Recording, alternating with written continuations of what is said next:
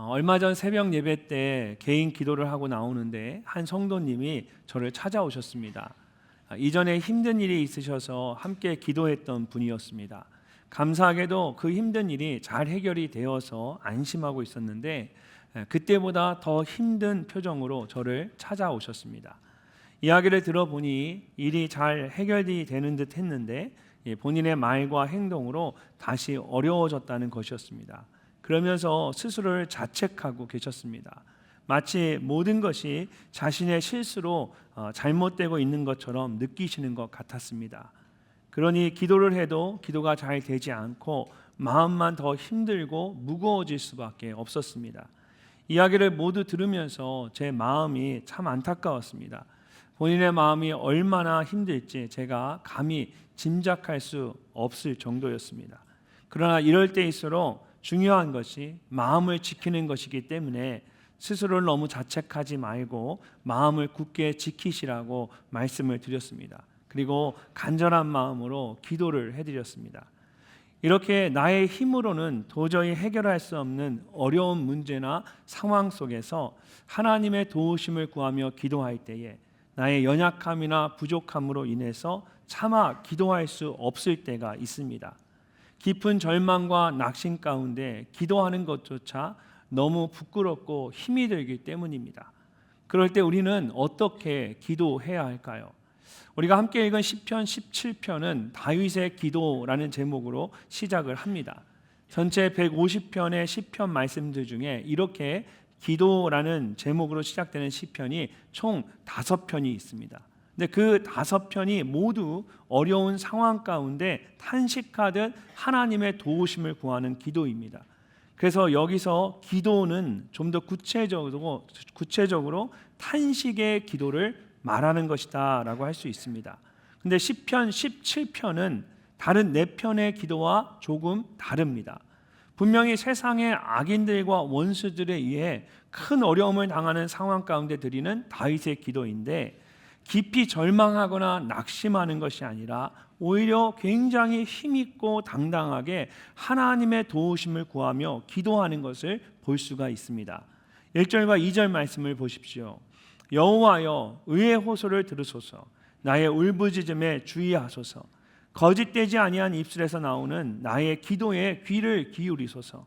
주께서 나를 판단하시며 주의 눈으로 공평함을 살피소서. 다윗은 가장 먼저 여호와의 이름을 부르면서 의의 호소를 들으소서라고 말합니다.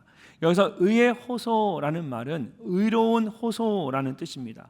또는 정직한 호소라고 할 수도 있습니다. 놀랍게도 다윗은 스스로를 의롭고 정직하다라고 말하고 있는 겁니다. 또 이어서 나의 울부짖음에 주의하소서라고 말합니다. 의의 호소가 나의 울부짖음으로 표현이 되었습니다. 그리고 주의하소서라는 말은 pay attention, 그러니까 주의를 기울여 달라는 뜻입니다. 그런 다음에 한 번 더 나의 기도에 귀를 기울이소서라고 말합니다. 의의 호소와 울부짖음이 결국 그의 기도인 것을 알 수가 있습니다. 그리고 귀를 기울이소서라는 말은 손으로 두 귀를 활짝 펴서 온 힘을 다해 듣는 것을 말합니다. 이처럼 다윗이 3번이나 명명하듯이 들으소서, 주의하소서, 귀를 기울이소서라고 말하면서 하나님께 자신의 기도를 들으실 것을 당당하게 요청하고 있습니다. 또한 다윗은 주님께 자신을 판단해 달라고 말합니다. 지금까지 자신이 어떤 삶을 살았는지 정확한 기준을 가지고 판단해 달라는 것입니다. 특별히 살피소서라는 말은 주목하여 자세히 보는 것을 말합니다. 자신이 처한 어려운 상황을 자세히 살펴보시면 하나님께서도 자신에게 아무런 죄가 없다는 것을 아실 것이다 라는 뜻입니다.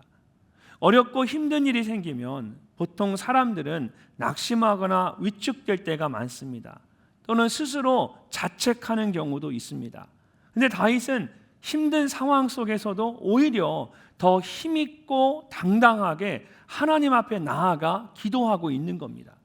어떻게 그렇게 기도할 수 있는 것일까요? 가장 먼저 다윗이 어렵고 힘든 상황 속에서도 힘있고 당당하게 기도할 수 있는 것은 주님과의 깊은 관계 때문입니다.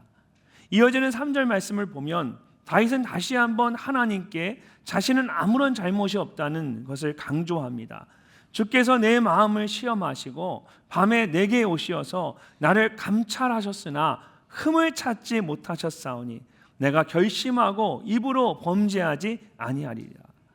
다윗은 시험하시고 오시어서 감찰하셨으나 라는 세 개의 동사를 사용해서 하나님께서 직접 자신을 시험하시고 감찰하셨다라는 사실을 말하고 있습니다.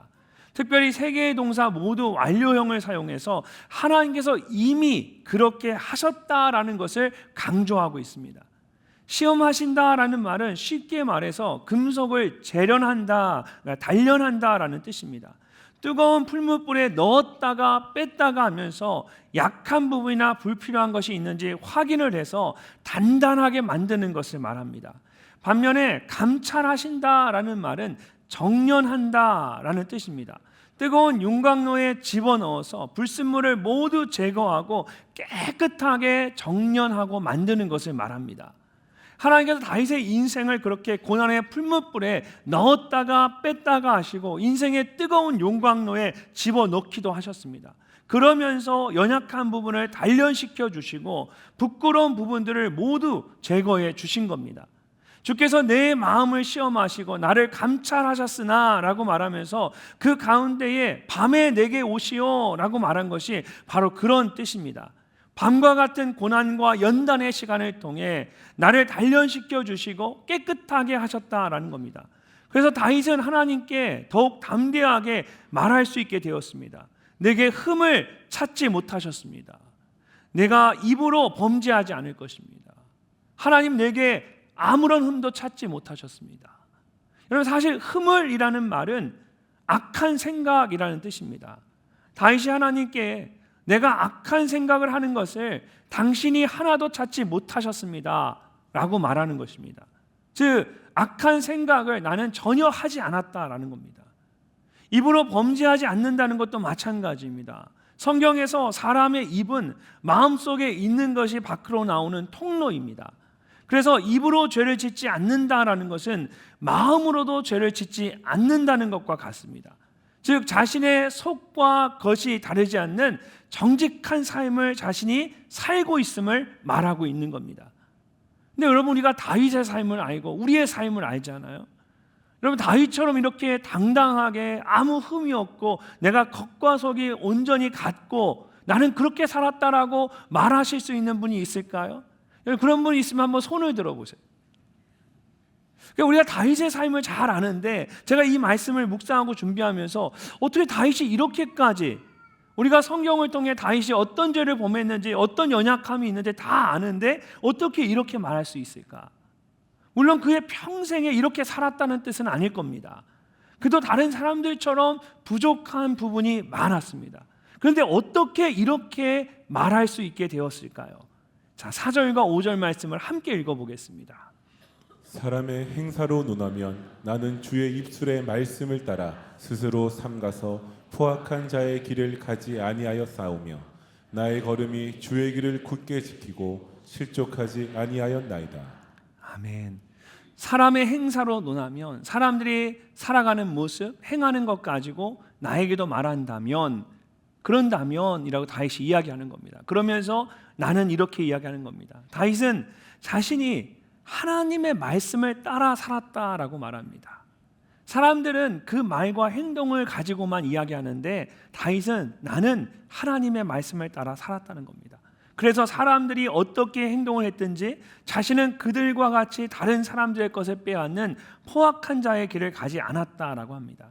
대신 다윗은 주의 길을 굳게 지켰습니다. 다윗이 말하는 주의 길은 많은 사람들이 가지 않는 작은 길입니다.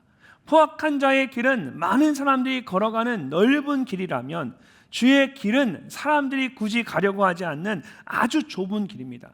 그런데 그 길에는 주님의 발자국이 있습니다.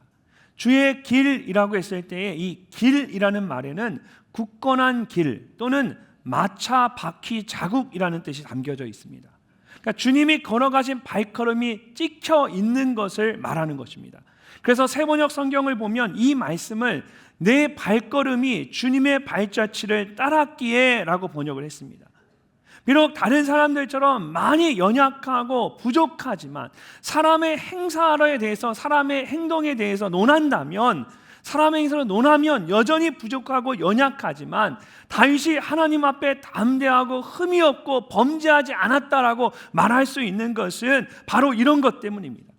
그가 주님의 말씀을 따라 살아가고 있고 주님이 걸어가신 발자국을 따라 걷고 있기 때문입니다. 한마디로 주님 안에 있다라는 것입니다. 그 관계로 인해서 내가 담대하게 말할 수 있다라는 겁니다.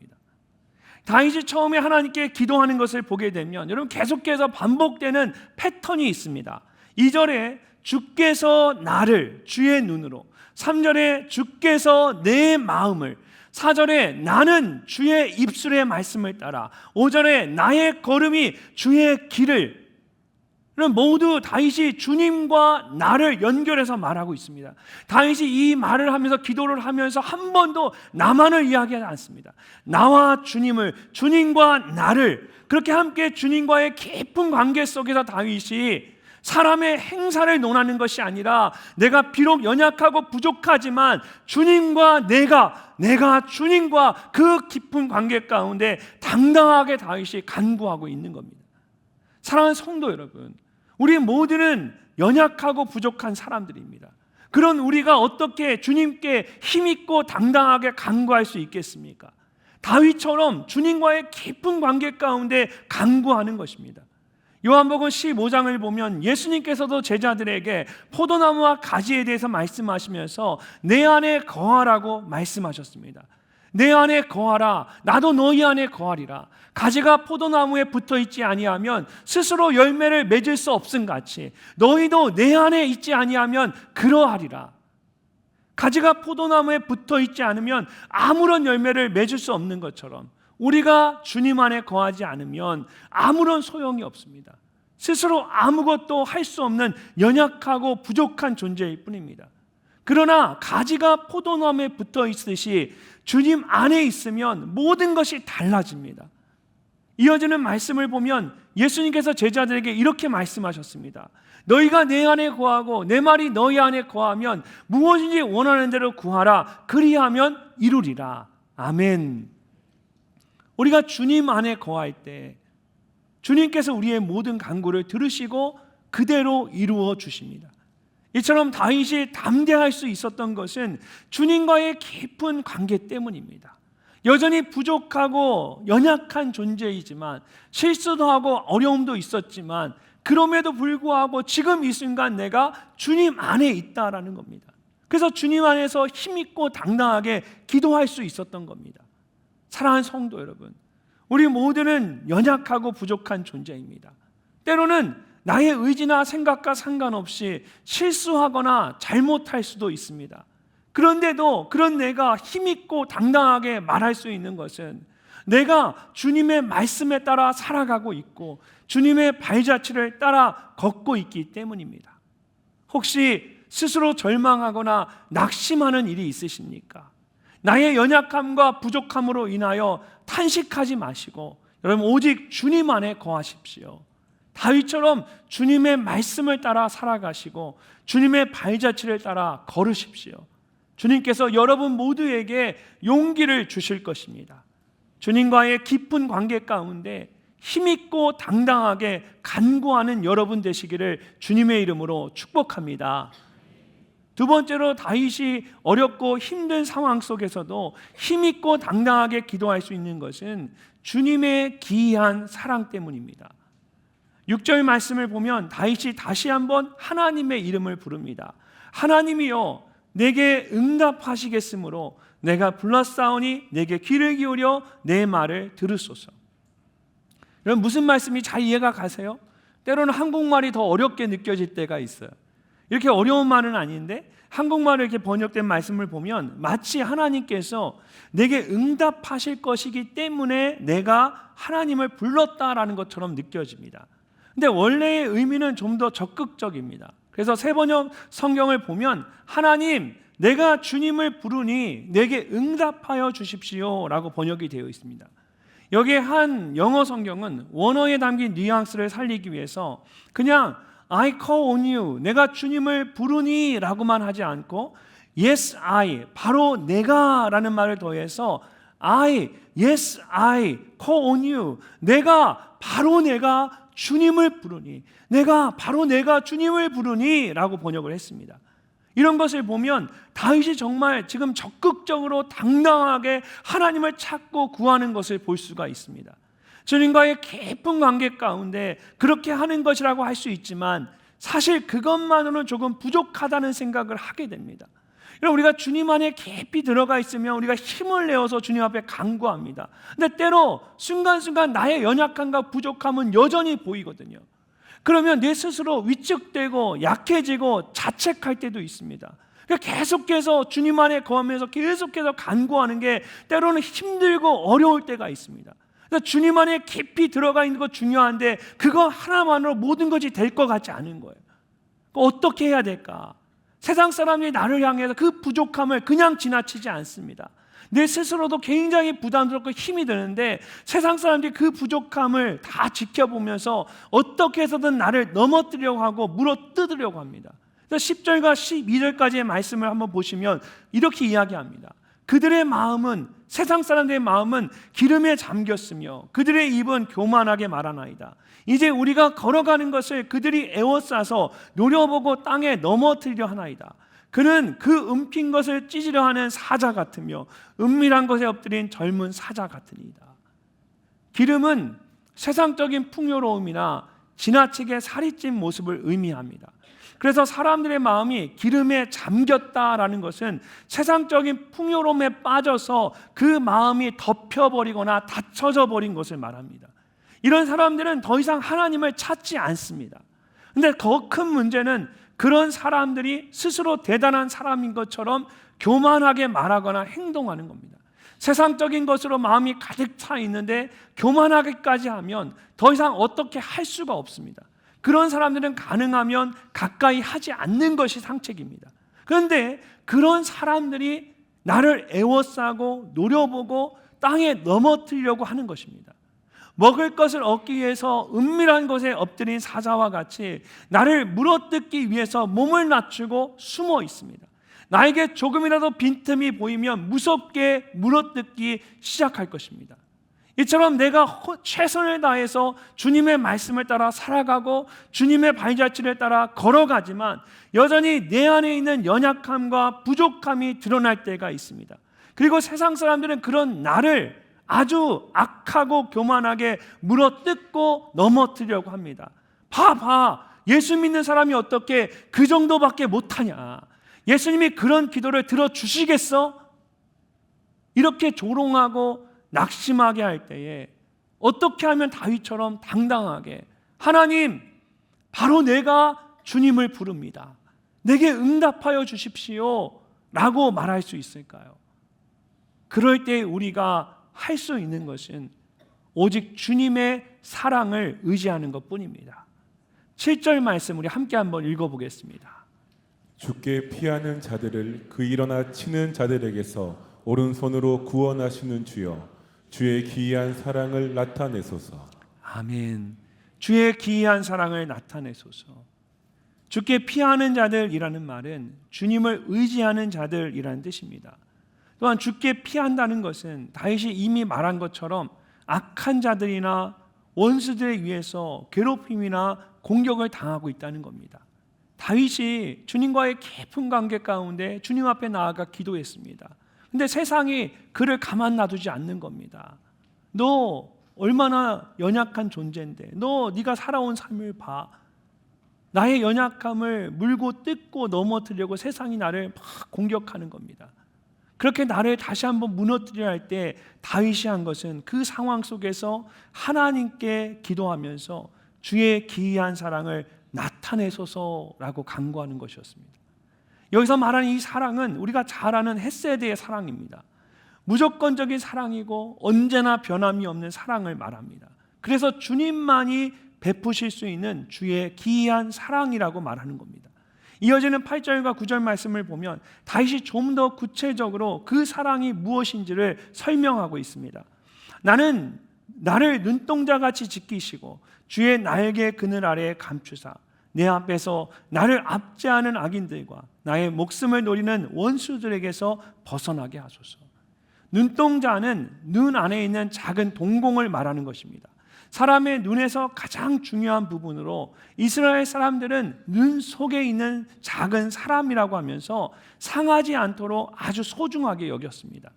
그래서 나를 눈동자같이 지키시고 라는 말은 나를 눈동자처럼 소중하게 여겨주시고 하나님으로부터 멀어지지 않도록 가까이 지켜달라는 것입니다. 또한 주의 날개 그늘 아래라는 말은 사랑의 보살핌과 안전을 의미합니다. 마치 독수리가 그 큰 날개를 활짝 펴서 새끼들을 안전하게 보호하는 것처럼 하나님께서 그 팔로 나를 품어주시고 보호해 달라는 것입니다. 얼마 전 우리가 함께 나눴던 룻기 말씀을 보면 보아스가 모압 땅에서 나와 베들레헴으로 온 룻에게 이스라엘 하나님 여호와께서 그의 날개 아래에 보호를 받으러 온 내게 라고 말하는 것처럼 이 하나님의 보호하심을 말하는 겁니다. 이처럼 다윗이 주의 기이한 사랑을 눈동자같이 지키시고 날개 그늘 아래 감추시는 것으로 표현을 했습니다. 근데 성경을 보면 이 두 가지를 가장 먼저 언급한 말씀이 있습니다. 신명기 32장에 나오는 모세의 노래입니다. 여호와께서 그를 이스라엘을 황무지에서 짐승이 부르짖는 광야에서 만나시고 호위하시며 보호하시며 자기의 눈동자같이 지키셨도다.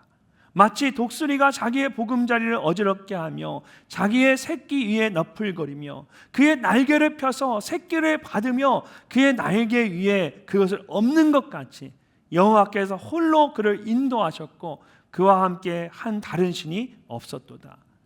이스라엘 백성들이 40년 동안 광야에서 생활할 때 하나님께서 그들을 눈동자와 같이 지켜주셨습니다. 또한 독수리가 새끼들 위를 맴돌며 보호하듯이 그들을 구름기둥과 불기둥으로 보호해 주셨습니다. 그들이 계속해서 불평하고 원망했음에도 불구하고 하나님께서 이렇게 끝까지 그들을 지켜주시고 보호해 주신 것은 하나님께서 그들과 맺은 언약 때문이었습니다. 그들의 연약함과 부족함에도 불구하고 하나님께서는 언약에 기초한 사랑으로 그들을 품어주신 겁니다. 다윗이 동일한 모습으로 자신을 향한 하나님의 사랑을 표현한 것은 바로 이런 언약의 사랑을 말하는 것입니다. 나의 연약함과 부족함에도 불구하고 끝까지 나를 지켜주시고 보호해 주시는 언약의 사랑을 말하는 겁니다. 하나님께서 이스라엘 백성 전체를 향한 그 사랑으로 지금 나 같은 한 사람을 사랑해 주시는 겁니다. 이스라엘 전체를 그렇게 사랑해 주셨는데 그때 그렇게 사랑해 주신 눈동자와 날개라는 표현을 가지고 지금 다윗이 고백하는 것은 하나님 그때 우리의 이스라엘 조상을 이스라엘 선진들을 그렇게 날개와 그 눈동자로 지켜주셨는데 하나님 나 같은 사람을 그 큰 사랑으로 나 같은 이 한 사람을 주목하시고 사랑하십니까? 다윗이 그 사랑을 받아보고 생각해 보니까 이 사랑은 정말 주의 기이한 사랑인 거예요. 그것이 주의 기이한 사랑이 아니라면 무엇이 기이한 사랑이겠습니까? 오늘 하나님께서 우리가 도저히 이해할 수 없는 그런 기이한 사랑으로 우리 모두를 사랑해 주십니다. 눈동자와 같이 지켜주시고 주의 날개 그늘 아래에 보호해 주십니다. 나는 여전히 연약하고 부족한 존재이지만 세상 사람들이 나를 마치 우는 사자와 같이 넘어뜨리려 하고 여전히 그 약점을 물어뜯고 넘어뜨리지만 그럼에도 불구하고 내가 하나님 앞에 당당히 설 수 있는 것은 하나님의 그 놀라운 기이한 사랑이 오늘도 나를 바라보고 있고 오늘도 나를 지키시고 있기 때문입니다. 다윗이 그 힘든 상황 속에서 하나님의 기이한 사랑을 생각하면서 하나님 앞에 담대하게 나아가는 겁니다. 사랑하는 성도 여러분, 세상의 포악하고 교만한 말에 마음을 빼앗기지 마십시오. 세상 사람들은 여러분의 그 연약함을 가만히 놔두지 않습니다. 그것으로 인하여 스스로 자책하고 넘어지지 마십시오. 여러분 한 분 한 분을 향한 주님의 사랑은 세상의 그 누구도 이해할 수 없는 기이한 사랑입니다. 나의 연약함과 부족함에도 불구하고 이스라엘 백성의 그 원망과 불평 가운데도 끝까지 그들을 눈동자와 같이 주의 날개 안에 품으시고 인도하셨던 것처럼 나의 연약함과 부족함에도 불구하고 지금 여전히 하나님은 여러분 한 사람 한 사람을 사랑하시고 품어주시고 인도하십니다. 주님의 그 귀한 사랑을 의지하며 하나님 앞에 담대히 나아가는 여러분이 되시기를 바랍니다. 마지막으로 다윗이 어렵고 힘든 상황 속에서도 힘있고 당당하게 기도할 수 있는 것은 그가 주님의 얼굴을 바라보기 때문입니다. 13절과 14절 말씀을 보면 다윗이 마지막으로 하나님께 이렇게 간구합니다.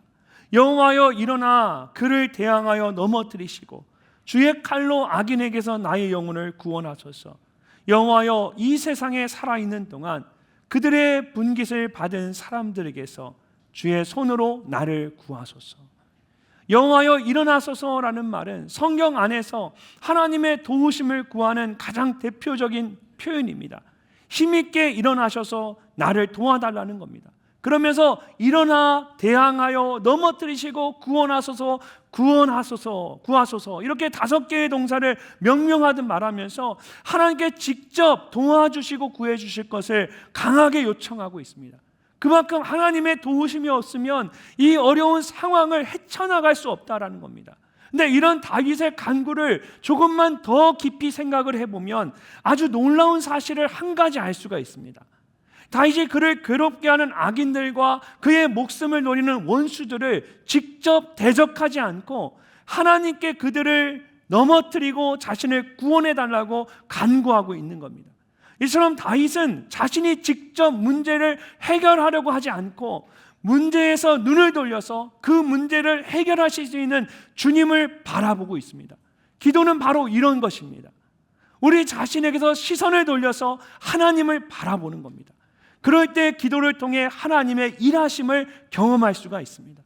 화면에 14절 말씀을 다시 보면 다윗을 괴롭히는 사람들은 이 세상에 살아있는 동안 그들의 분깃을 받은 사람들이라고 말합니다. 여기서 그들의 분깃을 받았다라는 말은 정확하게 번역을 하면 새번역 성경이나 현대인의 성경에 나오는 것처럼 이미 받을 몫을 다 받았다라는 뜻입니다. 그래서 그들은 하나님의 나라에서는 더 이상 받을 것이 없는 오직 이 세상에만 속한 사람들입니다. 예전에 서울 강남에 있는 한 교회에서 부교육자로 사역을 하시던 목사님이 장로님 댁에 신방을 갔는데 그 집이 너무 크고 좋아서 깜짝 놀랐습니다. 그래서 자신도 모르게 장로님 천국에서 받으실 상급을 다 받으셨네요 라고 말한 겁니다. 장로님의 마음이 어떠셨을까요? 굉장히 불쾌하고 힘들었겠죠. 이처럼 이 세상에서 살아있는 동안에 받을 몫을 이미 다 받았다라는 것은 이건 정말 불행한 일입니다. 이후의 말씀을 보면 다윗이 그런 사람들에 대해서 이렇게 말합니다. 그들은 주의 재물로 배를 채우고 자녀로 만족하고 그들의 남은 산업을 그들의 어린아이들에게 물려주는 자니이다. 그들은 이미 받은 세상의 것들, 주의 재물로 인해 믿음 생활에서 얻게 되는 그런 세상의 혜택들, 나의 자녀들이 잘 되고 내게 물질이 풍성해지고 재물로 배가 채워지고 내 재산을 남길 수 있는 무언가를 업적을 남길 수 있는 것, 그런 것만을 생각하고 있는 거예요. 성경이 육신의 정욕이나 안목의 정욕이나 이생의 자랑이 모두 하나님께로부터 온 것이 아니고 결국은 다 사라질 것이라고 했는데 그런 영원하지 않는 세상의 것에 마음을 모두 빼앗긴 겁니다. 근데 다윗은 그렇게 생각하지 않았습니다. 영원하지 않은 것에 마음을 두지 않은 것입니다. 주님 앞에 나아가 기도할 때에 주의 재물을 바라보며 기도한 것이 아니었습니다. 오히려 마지막 15절 말씀을 보면 다윗이 이렇게 선포합니다. 우리 함께 한번 읽어보도록 하겠습니다. 나는 의로운 중에 주의 얼굴을 배우리니 깰 때에 주의 형상으로 만족하리이다. 아멘. 세상에 속한 사람들은 주의 재물과 같이 세상의 것에만 마음을 둡니다. 그것으로 자신들의 배를 채우고 자녀들로 인해 만족하고 그것을 물려주는 것이 그들이 원하는 전부입니다. 그러나 다윗은 주의 재물이 아닌 주의 얼굴을 볼 것이다 라고 말합니다. 주의 얼굴은 주님의 임재를 의미합니다. 얼굴과 얼굴을 마주 보듯이 주님의 임재를 경험하는 것입니다. 또한 이것은 주님의 은총을 의미하기도 합니다. 주님께서 나에게 얼굴을 보여주신다라는 것은 나에게 은혜와 사랑을 베푸시는 것을 말합니다. 주의 형상으로 만족하리이다라는 말씀도 마찬가지입니다. 주님의 임재를 의미하는 것이고 주님을 보는 것으로 만족한다라는 것입니다. 나의 삶 가운데 주님이 계시는 것 하나만으로도 나는 감사하다라는 뜻입니다. 그리고 여기에 1인칭 대명사를 덧붙여서 앞에 6절에서 바로 내가 Yes I라고 말했던 것처럼 바로 내가 주의 얼굴을 배우리니 내가 주의 형상으로 만족하리이다. 자신의 의지를 강조하고 있습니다. 이미 다윗은 사자처럼 자신을 물어뜯고 죽이려고 하는 악인들로 인해서 너무 두렵고 힘든 상황이었을 것입니다. 그래서 하나님 앞에 나아가 밤을 지새우며 기도하고 있었습니다. 밤새 기도하며 지쳐서 잠들었는데 그 밤이 지나고 아침이 시작될 때에 주의 얼굴을 보듯 하나님의 임재를 경험하게 된 겁니다. 주의 형상만으로 만족함을 그가 그 아침에 누리게 된 겁니다. 얼마나 놀라운 믿음의 고백입니까? 이처럼 우리는 주님의 얼굴을 바라볼 수 있어야 합니다. 그럴 때에 주님의 임재를 경험할 수 있고 주님의 형상으로 만족함을 누릴 수가 있습니다. 어렵고 힘든 상황 속에서도 힘있고 당당하게 하나님의 도우심을 구하며 나아갈 수가 있습니다. 사랑하는 성도 여러분, 무엇을 바라보기를 원하십니까? 오늘 여러분의 기도와 간구의 내용이 무엇입니까? 주의 재물을 구하며 기도하십니까? 아니면 주의 얼굴을 구하고 계십니까? 우리가 주님 앞에 나아가 기도하는 가장 중요한 이유는 주님의 얼굴을 보기를 원하는 것입니다. 그럴 때 주님께서 여러분의 마음을 가득 채워주십니다. 다윗처럼 주의 재물이 아니라 주의 얼굴을 구하는 여러분 되시기를 주님의 이름으로 축복합니다. 성경을 보면 하나님께서 우리에게 환난 날에 나를 부르라 내가 너를 건지리니 내가 나를 영화롭게 하리로다라고 말씀하십니다. 또한 너는 내게 부르짖으라 내가 내게 응답하겠고 내가 알지 못하고 크고 은밀한 일을 내게 보이리라고 말씀하십니다. 어렵고 힘들 때 우리가 해야 할 것은 하나님 앞에 나아가 간절히 기도하는 것입니다. 이것이 얼마나 중요한지를 잘 알기 때문에 사단이 자꾸만 여러분으로 하여금 기도하지 못하도록 방해하는 겁니다. 여러분의 그 발걸음을 멈추게 하고 다른 바쁜 일로 여러분의 마음을 돌리게 하고 여러분을 스스로 자책하도록 만드는 것입니다. 그렇기 때문에 우리는 그럴 때일수록 다윗처럼 더 힘있고 당당하게 주님을 찾고 구할 수 있어야 합니다. 나의 힘으로 노력으로 할 수 있는 게 아닙니다. 주님과의 깊은 관계 가운데서 주님의 그 기이한 사랑을 의지하며 오직 주님의 그 얼굴만을 구하십시오. 하나님께서 여러분의 기도에 반드시 응답해 주시고 모든 환난에서 건져 주실 줄로 믿습니다.